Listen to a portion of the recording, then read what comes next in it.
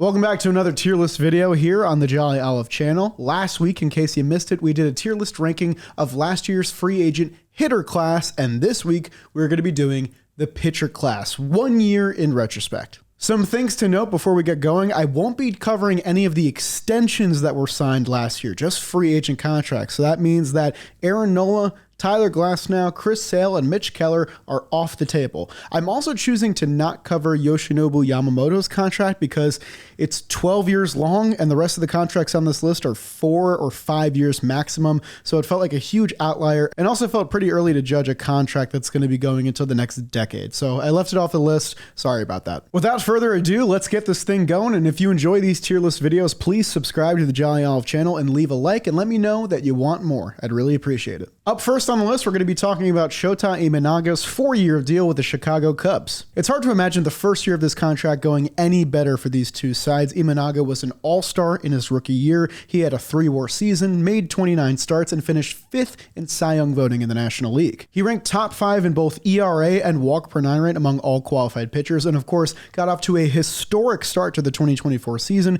beginning his MLB career with 18 1/3 scoreless innings. He had a 0.84 ERA through his first 9 starts, just completely alien numbers. At an average annual value of $13 million, the Cubs got an absolute bargain if Imanaga continues to pitch this way, so this is an early S-tier player for me. I wanted to start with an S-tier player because I'm going to have to be mean to a lot of these contracts, and the first one I'm going to be mean to is Robert Stephenson's 3-year deal with the Los Angeles Angels. This one bummed me out because, fun fact, I was actually the person that broke this signing during free agency. It was a wild time. I still don't know how it happened. And Stephenson was a candidate that really excited me. When he went from the Pittsburgh Pirates to the Tampa Bay Rays, his numbers got incredibly better because he developed a cutter that had a 60% whiff rate. This felt like a pretty economically sound contract by the Los Angeles Angels, around a $10 million AAV for a reliever that they thought had really good upside, and then he tore his UCL and missed the entire season, and now who knows what he's going to look like going forward. It feels unfair to do this, but this one has to go in the F tier. The Angels wasted $11 million on a guy that didn't pitch for them, and who knows what guy will show up in 2025. Let's go back to the positives with Jack Flaherty's 1-year deal worth $14 million on the Detroit Tigers. In true bounce-back fashion, Flaherty posted his best marks for innings pitched, wins above replacement, ERA, and walk per 9 rate since 2019, which was 5 years ago to that point. The key was his breaking pitches returning to form. He jumped from the 16th percentile to the 98th percentile of breaking run value in 2024. And best of all, the Tigers actually sold on this 1-year deal and got 2 prospects that rank in their top 18,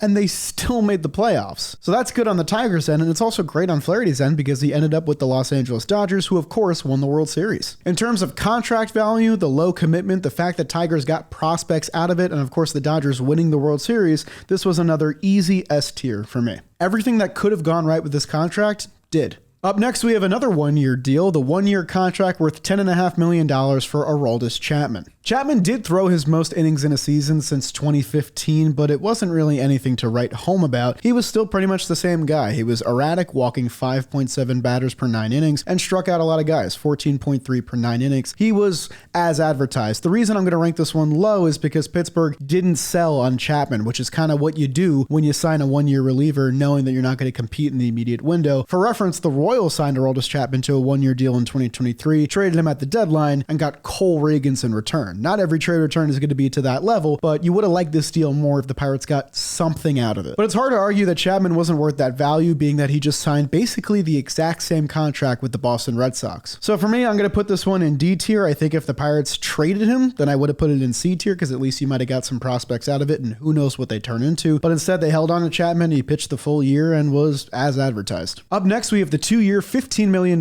contract signed between the Chicago White Sox and Eric Fedde. I'm going to rank this one pretty high. I like the value of this contract. Fedde pitched wonderfully in 2024. I'm going to put it in the A tier. I watched Eric Fedde get hit around a lot in the early stages of his career, being a fan in the NL East, and when he went over to the KBO, I didn't have high hopes for him turning the whole thing around. A big change for him was ditching his straight 4-seam fastball and curveball and throwing a cutter and sinker both 30% of the time. Fedde set career highs in basically every important stat and was also traded midseason to the St. Louis Cardinals. He's going to be owed just $7.5 million in 2025, which is an extreme bargain for a starting pitcher this good. So good on Fedde for taking initiative, reinventing himself, and establishing himself as one of the better starting pitchers in baseball last year. Next on deck is Lucas Giolito's 2-year deal with the Boston Red Sox. This one was a bummer because we didn't actually get to see Giolito pitch at all because he missed the entire year with injury. Prior to the 2024 season getting underway, Giolito was coming off a year where he threw a career-high in innings at 184.1 frames. He had actually pitched 160 innings or more in 5 straight full seasons excluding 2020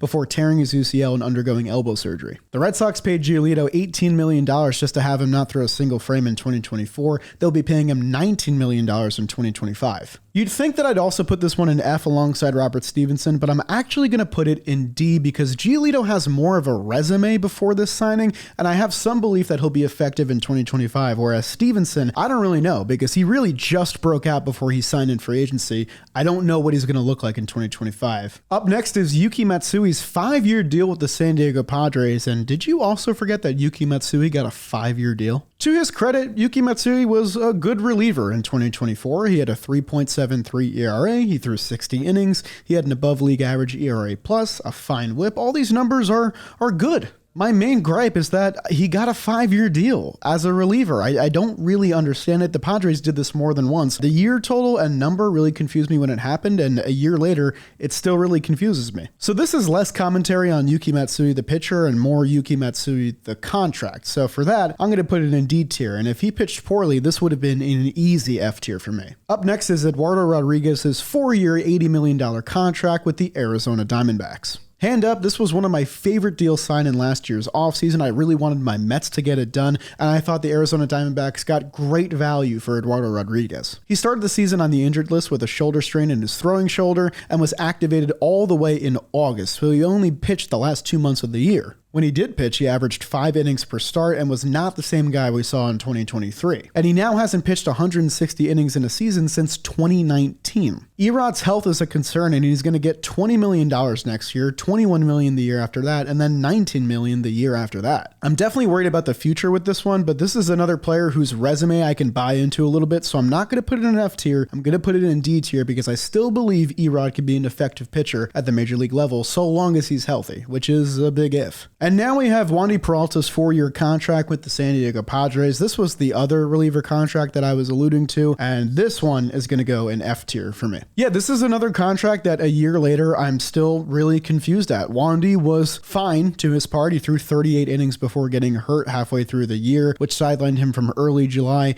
to late September, and he has a player option every year of this contract, which is very player friendly and good for Wandy Peralta the human, but it looks like the Padres are going to be paying him at least $4 million each of the next 3 seasons. The thing that worries me the most about this contract is that Wandy has really lost his strikeout potential. It wasn't all that great before, but his 5.17 K per 9 was a bottom 10 value in baseball last year. Being that the Padres invested so heavily in bullpen halfway through the season to get better talent than the talent they signed in the offseason, this contract just looks really bad. Especially considering that the Padres are desperately trying to cut payroll now. This is just something they don't really need. It's been a tier list video of extremities so far, and it's going to continue with Reynaldo Lopez's multi-year deal with the Atlanta Braves. I loved this contract. I think a lot of teams were surprised when they heard that the Braves were working out Lopez as a starter, but he turned in a 5-WAR season, made his first All-Star team. His ERA landed below 2. He threw his most innings in a season since 2019, but he did deal with multiple injured list stints for forearm tightness and shoulder inflammation, which is a little bit scary for going forward. But if we just take the numbers at face value, he had the second lowest ERA in baseball of pitchers that threw at least 130 innings. The only person who ranked better was Paul Skeens of the Pittsburgh Pirates. And even after restructuring the contract this offseason, it's still incredibly team friendly, so the Braves got amazing value out of this deal. No doubt in my mind, this is another easy S tier for me. The fact that the Braves are getting a starting pitcher that's this good for that low price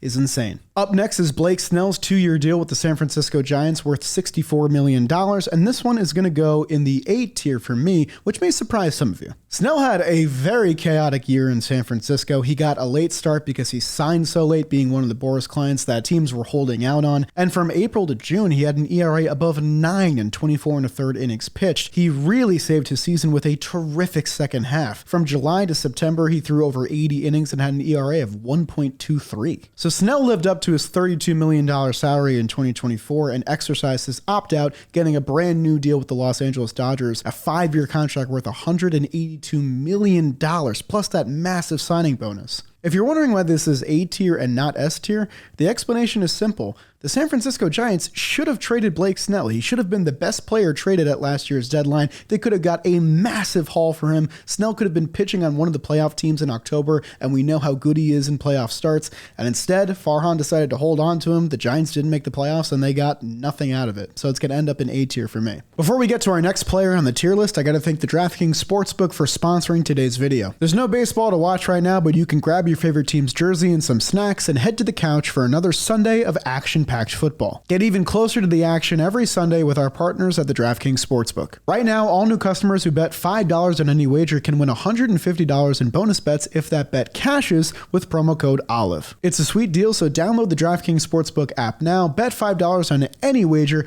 and win $150 in bonus bets with promo code OLIVE. Thank you to them for sponsoring today's video, and now let's get back to the tier list. The extremes continue. Up next, we have another Boris client, Jordan Montgomery's one-year, $25 million contract with the Arizona Diamondbacks. It's never a good sign when the owner of a team comes out and says that signing you was a mistake, and that's exactly what happened in this scenario. The Jordan Montgomery deal is going to go in the F tier. This whole situation was an absolute mess. Monty signed really late, got a late start to the season, came up halfway through April, and just never really seemed to find his footing in 2024, a year after being a World Series hero for the Texas Rangers. Montgomery is still going to be on the books for the Diamondbacks in 2025. He's going to earn $22.5 million thanks to hitting his vesting option, which was making 18 starts the prior season. Not only did Arizona's ownership badmouth the contract, they're openly shopping the contract as well, looking to trade Montgomery this offseason, so who knows where he ends up in 2025. It's so strange because I loved both these pitching moves for the Arizona Diamondbacks, both Monty and Erod, and both of them went up in flames in 2024. Up next is Luke Weaver's one-year deal with the New York Yankees, and you talk about getting great value out of something. This is also going to go in the S tier for me, and I'm starting to think that nothing's going to end up in the B and C tier. Of the players on this list, this was the most shocking performance in my opinion. At age 30, Luke Weaver completely found himself with the New York Yankees. He ranked in the top 6 of walks and hits per innings pitched and the top 8 of strikeout per 9 rate of pitchers with at least 80 innings last year. He also saved the New York Yankees by stepping into the closer role once they removed Clay Holmes due to his struggles, and Weaver absolutely shined in that role. Weaver finished the 2024 season with 1.9 BWAR after entering the season with 0.5 BWAR in his 8-year career prior. An arsenal change and delivery change was key for Luke Weaver, who started throwing his cutter a lot more and ditched his slider and knuckle curve completely. Best of all for the Yankees, they had a team option on him worth only $2.5 million,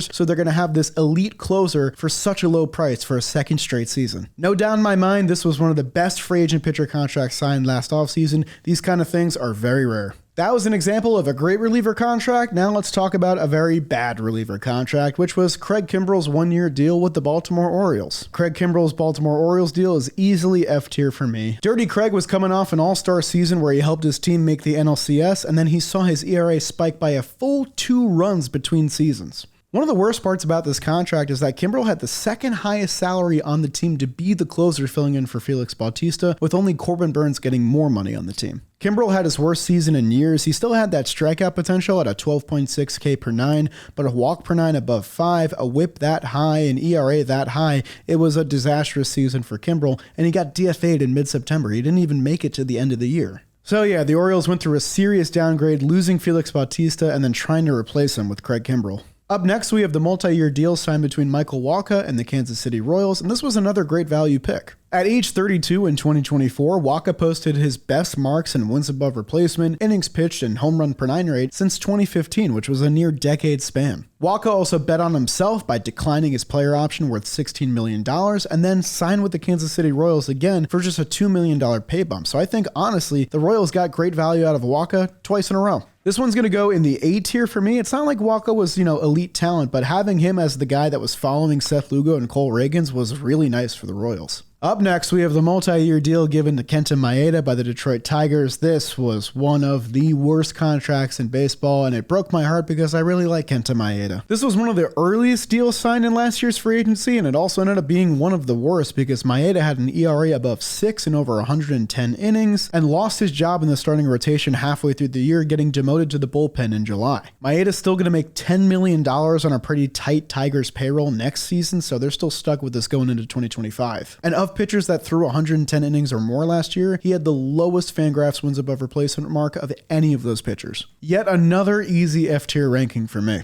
Coming up next, we have a one-year deal worth $10 million for David Robertson and the Texas Rangers. This was a solid contract. I thought the Rangers got exactly what they needed out of D-Rob, and it's going to go in the B tier for me. D-Rob was as advertised. He now has 3 straight seasons where he's thrown at least 60 innings and had an ERA that was 30% better than league average, and he also declined his mutual option, so he's going to hit free agency again, and you know what? He's probably going to get pretty much the same deal. At age 39, it looks like D-Rob is still the same dude, and even though he wasn't even the closer on this team, he was still fantastic as a bullpen guy for the Rangers, who desperately needed it. His 12.4 strikeout per 9 mark ranked 4th in MLB among pitchers with at least 70 innings, which is just remarkable. Speaking of one-year reliever contracts on the Texas Rangers, we also have Kirby Yates here, who signed a one-year $4.5 million deal, and this one I thought was absolutely incredible. It's going to go in the S tier for me, right next to Luke Weaver, appropriately. In a rare bad Atlanta front office move, the Braves decided that Yates wasn't worth the $5 million option on his contract, so they bought him out, let him hit free agency. He took less money from Texas and had one of the best seasons of his career. He made the All-Star team, finished top 10 in Cy Young voting, had a 1.17 ERA, and saved 33 games, which was his most in 5 years. Besides Emmanuel Clase, the 2 best relievers in the American League were 2 dudes that signed one-year deals that were way below their pay grade. So Kirby Yates goes in the S tier for me. Up next, we have the one-year $16 million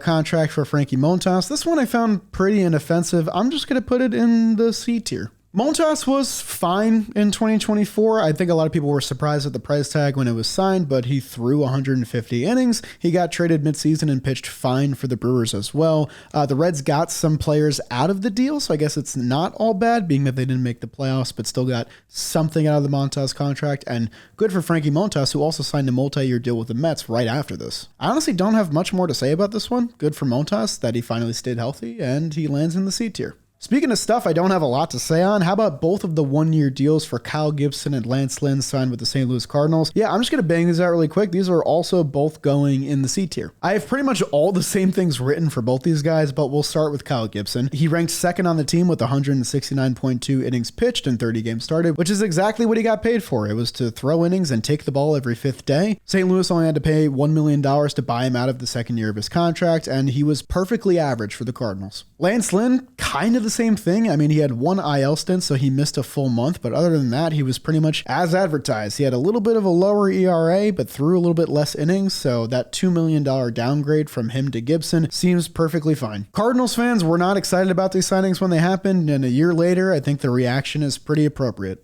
Up next is a contract that scared a lot of people, including me, and that was Luis Severino's one-year $13 million deal with the New York Mets. I think this one worked out just fine. It's going to go in my B tier. In my opinion, Severino is a step above the meh one-year deals that were Montas, Lance Lynn, and Kyle Gibson. He posted his best marks in innings pitched, games started, wins above replacement, and walks and hits per innings pitched since 2018, the last time he was truly healthy. For reference, Severino had just 209 innings pitched in his prior 5 seasons combined before throwing 182 innings in 2024. Instead of leaning into his strikeout numbers, the Mets made him a sinker baller, so he jacked up his sinker usage from 2.8% to 24.8% between seasons. A year after calling himself the worst pitcher in baseball, Luis Severino had a terrific year for the New York Mets and earned himself a new 3-year deal with the Sacramento A's. A step above that will be the 2-year deal between Shawn Mann and the New York Mets, which worked out a lot better, in my opinion. While Luis Severino did become a valuable piece to the Mets rotation, Shawn Mann became the ace of the rotation, which not many people saw coming. He set career bests in innings pitched and ERA and received Cy Young votes for the first time in his career, the key in this season being a change in delivery as Shawn Mann began to mimic Chris Sale's delivery. Mann was another pitcher that the Mets prompted to use his sinker a lot more. He jumped from 0.8% usage in 2023 to 44.7% usage in 2024. For such a low price, Shawn Mann discovered the best version of himself, and he's going to go in my A tier. Up next, we have Seth Lugo's 3-year, $45 million contract with the Kansas City Royals, and this one is also going to be an easy S tier for me. After begging the Mets for years to let him be a part of the starting rotation, Seth Lugo is making everybody look stupid by finishing 2nd in Cy Young voting in 2024. He set a career high in innings pitched, being one of the few guys to throw over 200 frames last year, and that was also a jump up from 146.1 innings in 2023. He threw the 2nd most innings in baseball and also ranked in the top 10 for ERA, home run per 9 rate, and F4 among qualified pitchers. And the craziest part of all is that he's he's only going to get $15 million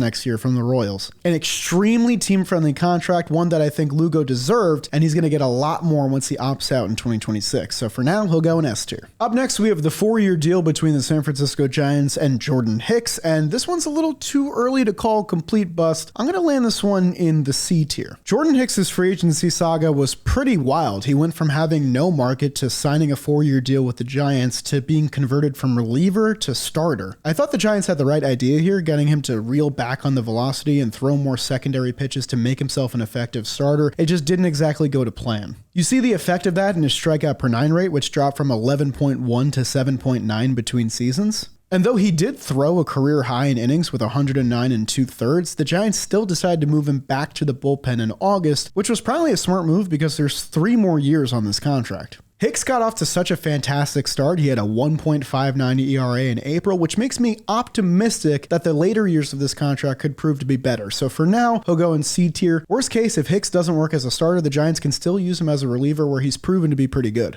Now we have Nick Martinez's multi-year deal with the Cincinnati Reds, which worked out really well for both sides. I'm going to go ahead and put this one in B tier. Now you may look at these numbers and be shocked that he's going to end up in B tier. He set career bests in wins above replacement, innings pitched, ERA, whip, walk per 9 rate, home run per 9 rate, a lot of good stuff here, including a 4-WAR season. The reason I'm a little bit low on this is because Martinez posted his best numbers once the Reds were out of it in August and September when he had a 2.42 ERA. Early in the season, he really struggled in the rotation and then was moved to the bullpen in the middle of the season when the Reds were fighting to stay in the wildcard race. Still, in terms of the value, I think Martinez was well worth it. He got a pay bump taking the qualifying offer after opting out of his player option, and I think he's going to be worth that $21 million.